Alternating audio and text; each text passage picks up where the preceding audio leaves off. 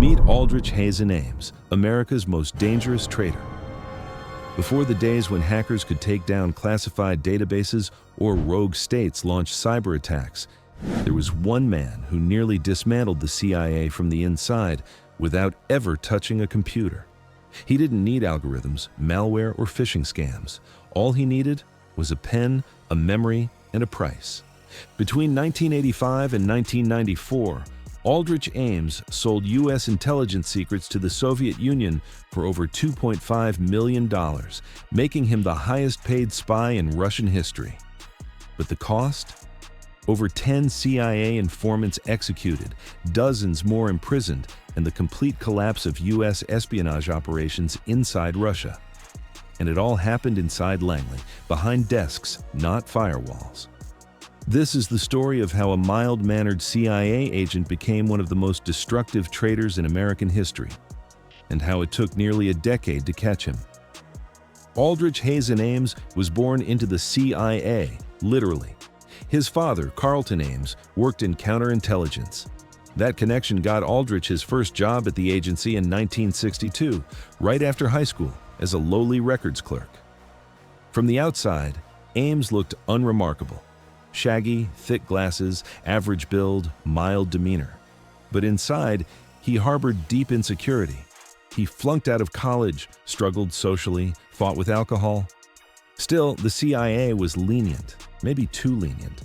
By the late 70s and early 80s, he rose through the ranks thanks to his fluent Russian and his deep understanding of Soviet intelligence. But he was never a rising star, just another cog in the machine.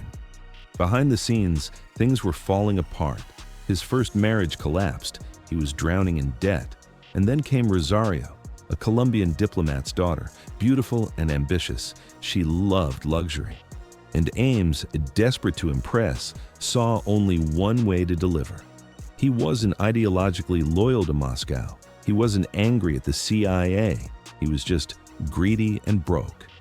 On April 16, 1985, Ames walked into the Soviet embassy in D.C., handed over a folder of classified names, and walked out with $50,000 in cash. That was just the beginning. Over the next 9 years, Ames sold hundreds of documents, compromised every major CIA operation inside the USSR, and exposed nearly every Russian double agent the U.S. had recruited over decades. His tactics were surprisingly simple. No encryption, no laptops, dead drops in local parks, sealed bags under rocks or logs, mailbox chalk marks, a small signal saying a drop had been made, surveillance evasion routes. He'd drive complex loops around D.C. to lose potential tails, brush passes, a casual bump in a cafe or market with another Russian asset. The simplicity worked because no one suspected him. Why would they? After all, he worked inside the CIA. He was the guy you'd trust to catch spies, not be one.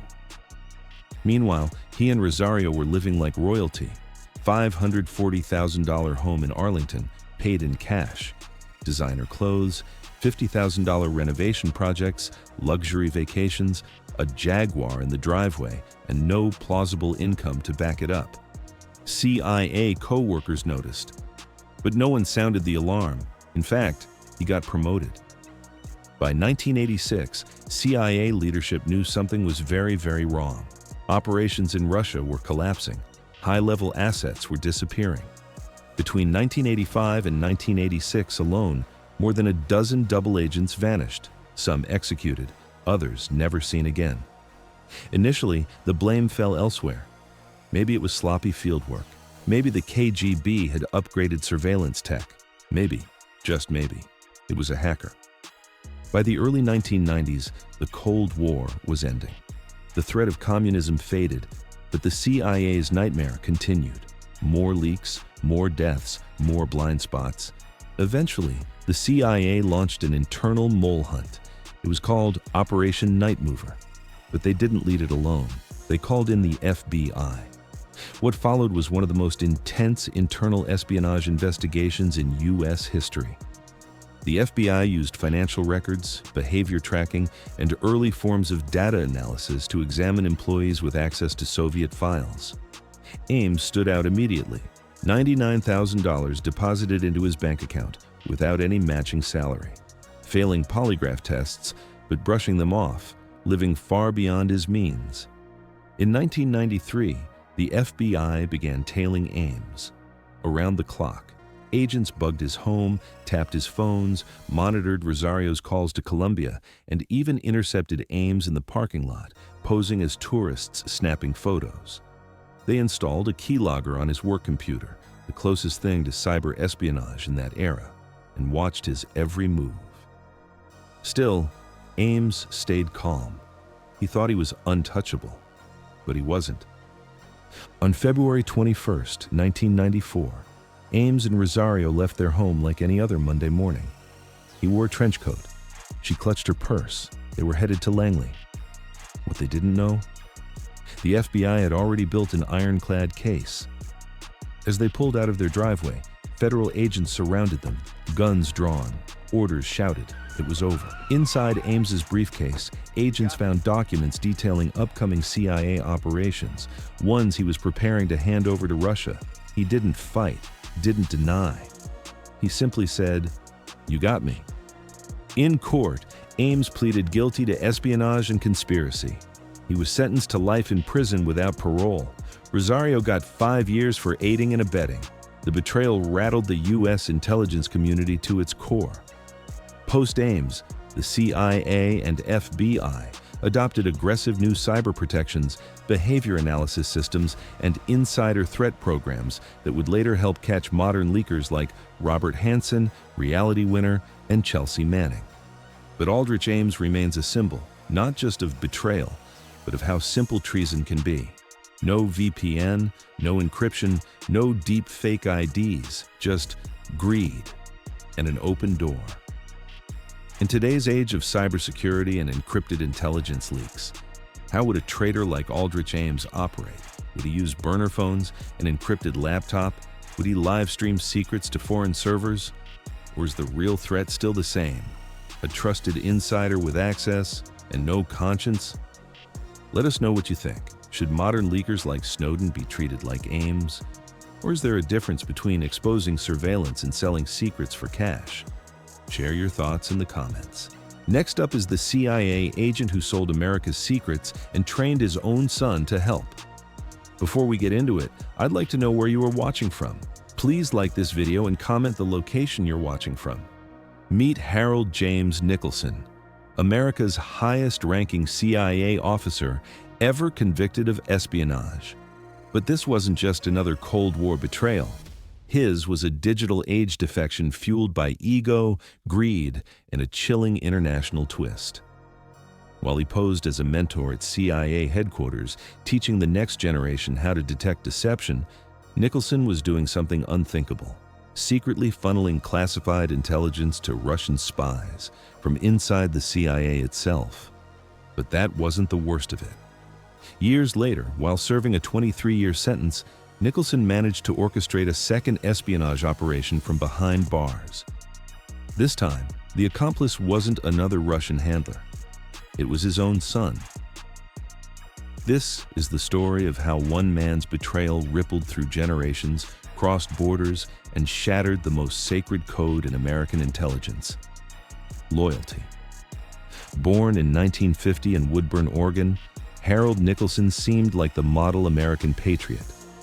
He graduated from college with a degree in theology and joined the U.S. Army, where he flew reconnaissance missions and served with distinction. But it wasn't long before his talents attracted the attention of the CIA. By the mid-1980s, Nicholson had joined the Central Intelligence Agency. He quickly rose through the ranks, earning postings in hot zones like Manila, Bangkok, and Moscow.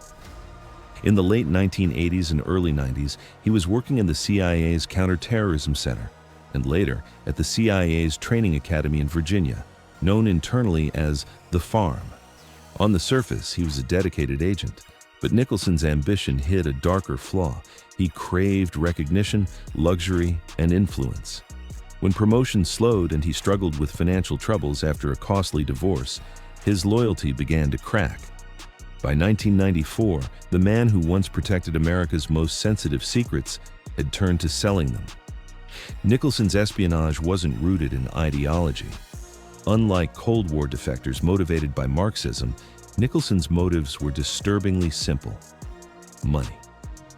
He began reaching out to Russian intelligence operatives in Kuala Lumpur during his overseas assignments. By the time he returned to CIA headquarters, he had already struck a deal. The Russians would pay handsomely, over $300,000 in total, if Nicholson could provide them with internal files, travel schedules, and the identities of agents in training. And that's exactly what he did. While serving as an instructor at the farm, Nicholson had access to dossiers on CIA recruits, future American spies. He passed their names, assignments, and assessments directly to the Russian Foreign Intelligence Service, SVR, knowing full well the consequences. He even used encrypted floppy disks and CIA-owned laptops to compile reports, often saving them under file names like Flaps and Seals, CIA slang for surveillance. He traveled frequently to Europe and Asia under official CIA cover, but used those trips to meet Russian handlers in hotel rooms and back alleys. They paid him in cash. He stashed the money in secret accounts and used coded emails and dead drops, classic spycraft blended with modern communication. But in a cyber espionage era where digital footprints are hard to erase, Nicholson was leaving behind more than he realized. In 1995, the CIA began noticing disturbing patterns. Recruits were being identified abroad. Russian intelligence seemed too well informed. Something was wrong. The CIA's counterintelligence division quietly launched an internal mole hunt and partnered with the FBI. A profile began to emerge. Someone with access to training records, international travel clearance, and a recent financial spike. Nicholson checked every box. Agents began tailing him. They combed through his emails, tracked his movements abroad, and placed hidden surveillance in his CIA-issued laptop. Eventually, they uncovered a smoking gun, encrypted files documenting the identities of CIA trainees, last accessed on his computer. The final sting came in November 1996. Nicholson was preparing to board a flight to Zurich under official cover. Inside his carry-on bag was a laptop with classified files and personal notes for his Russian handler. FBI agents tackled him at the airport. He didn't resist. As he was led away in handcuffs, CIA officers watched from a distance, some of them his former students. The betrayal cut deep. In 1997, he was convicted and sentenced to 23 years and 7 months in federal prison. But the story didn't end there. Even in prison, Harold Nicholson wasn't done betraying his country. In the early 2000s, the FBI received a tip. Russian intelligence was still paying Nicholson. But how? He was locked inside a federal prison in Oregon. The answer was shocking. Nicholson had recruited his own son, Nathaniel, to pick up where he left off. Using visits and coded letters, Harold passed instructions to Nathaniel, who flew overseas to meet with Russian operatives in Mexico, Peru, and Cyprus. At just 24 years old, Nathaniel was delivering messages and collecting thousands of dollars in cash from Russian agents. He even posed as a college student doing research abroad. But the FBI was watching. Agents tailed Nathaniel, recorded his visits, and intercepted his communications. In 2009, both father and son were indicted. This time, Nicholson pleaded guilty again, becoming the only person in U.S. history to be convicted twice for espionage involving Russia. He received an additional 8 years on top of his original sentence. Nathaniel was sentenced to 5 years of probation after cooperating with investigators. It was one of the most bizarre and emotionally gutting episodes in CIA history. Not just a betrayal of country, but a betrayal of family, integrity, and legacy. In an era where spies often operate behind screens instead of shadows, Harold Nicholson's story is a haunting reminder. The threat isn't always ideological or foreign. Sometimes it's homegrown. Sometimes it's the person training the very agents sworn to stop betrayal. Nicholson wasn't a whistleblower exposing corruption. He wasn't an ideologue fighting injustice. He was a man with access and a price tag. And no line he wouldn't cross, not even his own blood. If a father can turn his own son into a pawn in the game of global espionage, what does that say about the true cost of loyalty and the price of betrayal? Up next is the CIA agent who got 20 spies executed. He didn't carry a gun, he didn't plant a bomb, but his betrayal may have killed more Americans than any modern battlefield. Meet Jerry Chun-Shing Lee, former CIA agent, trusted, trained, and as it turns out, one of the deadliest traitors the United States has ever produced. Between 2010 and 2012, the CIA's entire network of assets inside China collapsed. Agents who'd spent years building covert relationships, gone. Field informants, arrested. Some executed. Some simply disappeared. It was a massacre. And at Langley, panic gave way to one terrifying question. Who's betraying us from the inside? But this wasn't the work of a hacker, not a double agent hiding in plain sight. No, the man who'd end up destroying the CIA's East Asia operations was long gone from the agency. A ghost, an ex-agent turned traitor. And his price? $800,000? To understand the betrayal, we first have to understand the man. And on paper, Jerry Lee was a patriot. Born in 1964 in Hong Kong, Jerry Chun-Shing Lee immigrated to the U.S. as a child, growing up in Hawaii and eventually graduating from Hawaii Pacific University. Later, he joined the U.S. Army and became a naturalized citizen. By 1994, Lee had entered the CIA's Elite Operations Division. He was fluent in Mandarin and Cantonese, a rare and highly prized skill in American intelligence. He specialized in clandestine human intelligence, conducting high-risk operations in China and Southeast Asia. At the height of his career, Lee held top-secret clearance and was privy to the true names of foreign agents, CIA safe-house locations, and classified communication techniques. He wasn't just a paper pusher. He was the guy you called when you needed people recruited, operations managed, and secrets protected. For over a decade, Lee worked in the shadows for the United States. But something changed. In 2007, he abruptly left the CIA. No drama, no scandal. He moved to Hong Kong and started working in private security. To the agency, he was just another ex-spook finding his way in the civilian world. They didn't know yet that he had just begun his real mission. By 2010, the CIA was bleeding spies, and no one could figure out why. The agency had spent decades cultivating assets inside the Chinese government, mid-level party officials, military contractors, even tech insiders. But by late 2010, something started going wrong. Sources stopped responding, meetings were missed, and then came the executions. It was like watching a slow-motion car crash, said one anonymous U.S. official. People we trusted, dead, our network in China was being gutted. It wasn't just a few leaks. By some estimates, over 20 assets were lost in under 2 years. One was shot in the courtyard of a government building as a warning. Another was reportedly burned alive in a detention center. Even high-ranking officers began to panic. Had China cracked the CIA's encrypted communication system? The FBI, CIA, and NSA began a joint counterintelligence operation. Their top 2 theories? A massive cyber breach or a traitor, someone who had handed China the crown jewels. And in 2012, a name emerged, Jerry Chun-Shing Lee. In spycraft, timing is everything, and Lee made one fatal mistake. He came back to U.S. soil. In 2012, Jerry Lee flew to Virginia from Hong Kong for a job interview. What he didn't know, the FBI had been watching him. They searched his hotel room while he was out and found 2 spiral notebooks. Inside were true names of covert CIA operatives, meeting details and classified mission notes, much of it handwritten by Lee himself. But the FBI didn't arrest him, not yet. Instead, they let him go under a heavy surveillance. They tapped his phones, traced his financials. Every visit to Hong Kong or mainland China raised new red flags. And then came the money.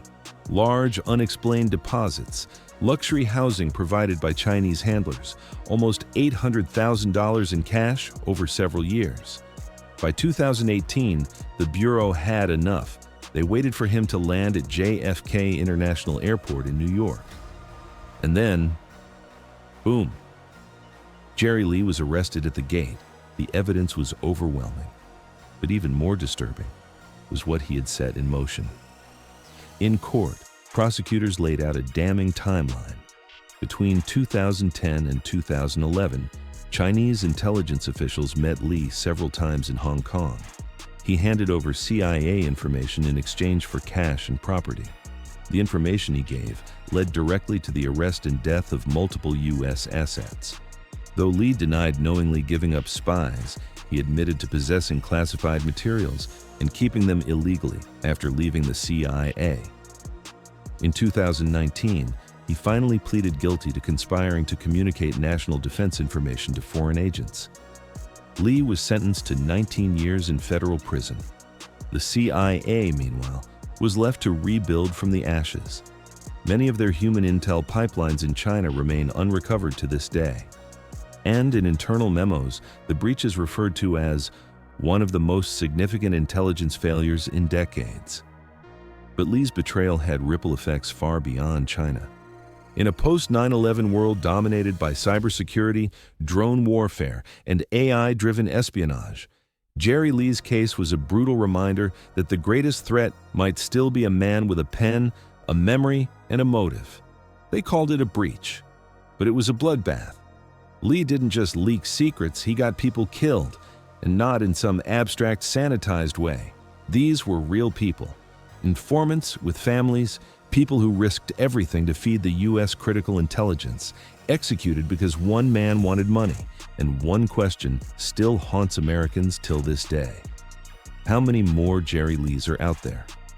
Not hackers, not foreign agents, but Americans, trained by the system, now working against it. Now I ask you, what's more dangerous, an enemy with weapons or a friend with your secrets? Don't forget to like this video, subscribe to the channel, and turn on notifications. We've got lots of amazing videos coming.